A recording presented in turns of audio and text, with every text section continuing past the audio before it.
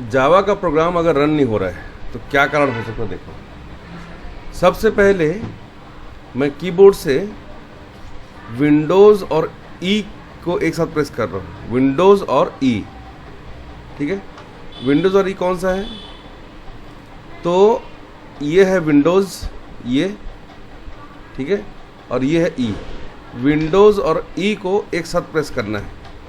जैसे आप विंडोज़ और ई को एक साथ प्रेस करोगे तो यहाँ पर एक्सप्लोरर ऐसे ओपन हो जाएगा। फाइल एक्सप्लोरर ओपन होने के बाद आपको किसी भी ड्राइव में आना है। मैं डी ड्राइव में जा रहा हूँ। डी ड्राइव में जाने के बाद में यहाँ पर मैं एक न्यू फोल्डर बना रहा हूँ जिसका नाम मैंने रखा है ओम। हो सके तो आप बीच में इस तरह का नाम नहीं लिखना, जैसे ओम कुमार या राधा गोस्वामी, नहीं, छोटा सा नाम लिखिए, जैसे कि रमेश, सुरेश, ओम, ऐसा, ठीक है। ओम नाम पहले से है, इसका नाम मैं लिख देता हूँ राम। हो गया। अब ये फोल्डर बिल्कुल खाली है, देखो आप, ठीक है। अब आपको कीबोर्ड से विंडोज़ और आर को प्रेस करना है एक साथ। विंडोज़ और आर को जब प्रेस करोगे तो यहाँ पर आपके सामने रन का डायलॉग बॉक्स आएगा। यहाँ लिखना है नोट पैड, एंटर करो, आप प्रोग्राम को लिखना शुरू करो, ठीक है। तो जावा का प्रोग्राम कैसे लिखते हो आप? तो यहाँ पर आपको लिखना शुरू करना है अपना प्रोग्राम।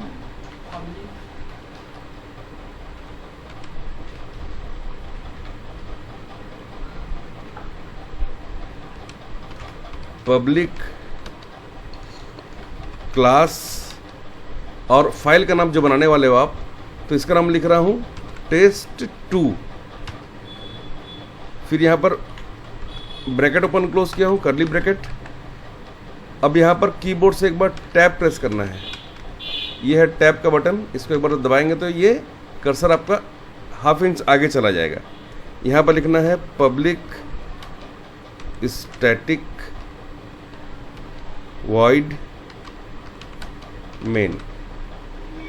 अब यहाँ पर लिखना है स्ट्रिंग, स्ट्रिंग में एस कैपिटल रहेगा, स्ट्रिंग, ब्रैकेट ओपन क्लोज, और यहाँ लिखेंगे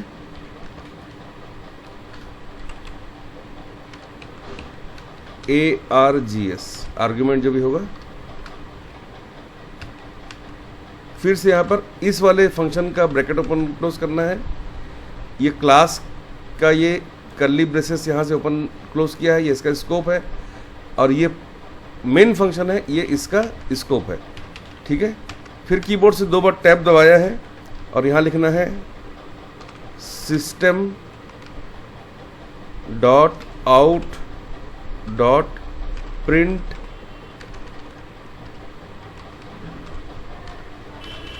ln। अब यहाँ पर इन्वर्टेड कॉमा के अंदर आप कुछ लिख सकते हैं। मैंने लिखा है टेस्ट। सेव करने के लिए कंट्रोल एस दबाइए और डी ड्राइव में जाना है आपको। यहाँ पर आपको राम नाम का फोल्डर ढूंढना है, ये रहा, इसको ओपन करना है और डबल कोट के अंदर, यहाँ पर डबल कोट के अंदर लिखना है आपको test2 dot Java, double quote, double inverted comma close करना है आपको और सेव कर देना है। अब फिर से कीबोर्ड से विंडोज़ और आर को प्रेस करना है ऐसे, और यहाँ लिखना है cmd cd \d colon enter, फिर cd राम। ये आप आ गए। dir करके देख सकते हो कि आपका जो test2 डॉट जावा है वो यहीं पे है। अब यहाँ आपको इसको कंपाइल करने के लिए लिखना है जावा सी test2 डॉट जावा, एंटर करिए तो एरर पता चल जाएगा कहाँ कहाँ गलतियाँ हैं। एक गलती है यहाँ पर हमने क्या करा है, सेमीकोलन नहीं लगाया है। सेमीकोलन लगाकर आपको कंट्रोल एस से या सेव में क्लिक करके इसको सेव करना है।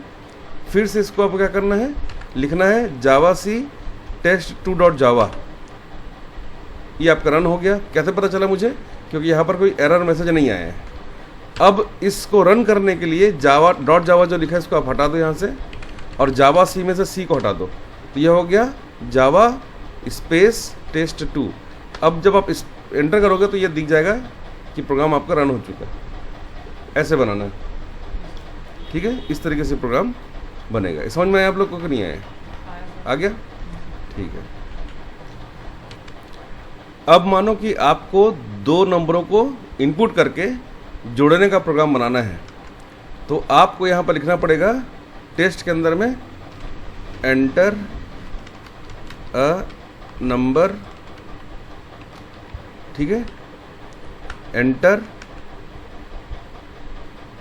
अब यहाँ पर लिखना है scanner S equal to new scanner system dot in, ठीक है। या फिर आप ये स्कैनर का जो यहाँ पर आप बनाए हो,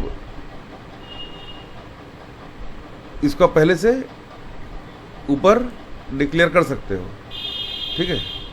तो यहाँ पर जो स्कैनर क्लास का ऑब्जेक्ट बनाया है एस, अब इसको रीड कराने के लिए हमने यहाँ लिखा है num equal to S dot next INT। तो नम जो है यहाँ पर इंटीजर है, ठीक है। ये हो गया एक। अब फिर से हम एक और लेने वाले हैं इसमें, एक और नंबर। तो फिर से यहाँ पर लिख दिया हमने इस तरीके से इंटर अनदर नंबर, इस तरह से।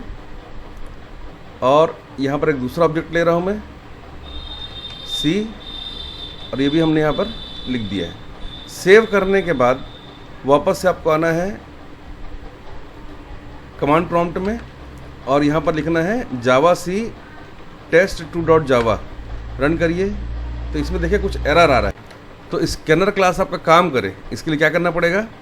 इसके लिए आपके प्रोग्राम में सबसे ऊपर में आपको इसको इंपोर्ट करना पड़ेगा।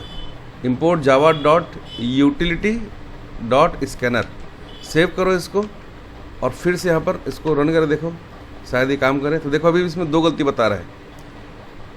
क्या बता रहा है कि num variable location class 2 can not find symbol num. ये नम क्या चीज़ है इसको समझ में नहीं आ रहा, मतलब हमने यहाँ पर इसको कहीं डिफाइन नहीं करा है, तो इसको कहीं पर बताना पड़ेगा कि नम क्या चीज़ है। तो यहाँ पर हमने लिख दिया है इंट नम, ये लो। तो नम जो है वो इंटीजर है, अब ये क्लियर है ना, नम जो है वो इंटीजर है। तो ये हमने कर दिया num1 और num2, ठीक है। तो ये हो गया आपका num1 और ये हो गया num2, ठीक है। सेव कर दिया है। अब इसको फिर से मैं क्या कर रहा हूँ, कंपाइल कर रहा हूँ।